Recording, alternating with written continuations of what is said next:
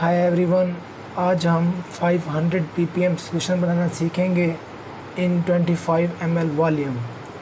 Basically concentrations के different units हैं।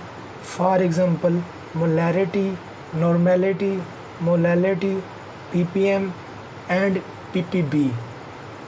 ppb मतलब पार्ट्स पर बिलियन। तो ppm पार्ट्स पर मिलियन मीन्स 1 मिलियन में से 1 पार्ट।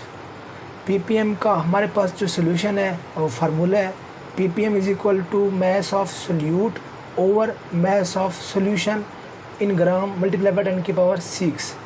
अब 1 ppm is equal to 1 milligram solute over 1 litre water. तो 1 ppm में मिलियंस यूज़ हुआ है, पार्ट्स पर मिलियन। मिलियन का जो है एक सिंबल 10 की पावर -6। इसी तरीके से मिली 10 की पावर 3 और ये 1 litre is equal to 1000 ml। तो इस 3 ऊपर चला जाएगा तो 10 की पावर -6 हो जाएगा, 10 की पावर -6। तो ये इक्वलाइज हो जाएंगे। इसीलिए 1 ppm is equal to 1 milligram solute over 1 litre होता है। तो अब 1 ppm is equal to 1 gram solute over 10 की पावर +6 सोल्यूशन भी यूज़ कर सकते हैं, क्योंकि 10 की पावर -3 मिलीग्राम जब नीचे आएगा तो 10 की पावर 3 प्लस 10 की पावर 3 10 की पावर 6 बन जाएगा। अब जो हमारे पास एक एग्जांपल है कि लेड नाइट्रेट का 500 ppm सोल्यूशन बनाओ इन 25 ml।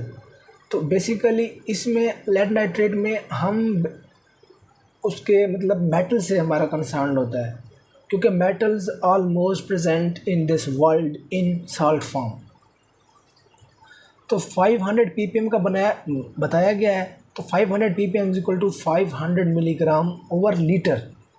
अब मिलीग्राम है तो एट द एंड हमने इसे ग्राम्स में लेना है, क्योंकि हम यूनिटी का मेथड अप्लाई कर रहे हैं उसमें लेड और लेड नाइट्रेट। लेड यूनिटी का मेथड क्या है कि molar mass of lead is equal to molar mass of this compound, then 1 gram of lead is equal to molar mass of compound over molar mass of lead, क्योंकि हम unity का method यही होता है।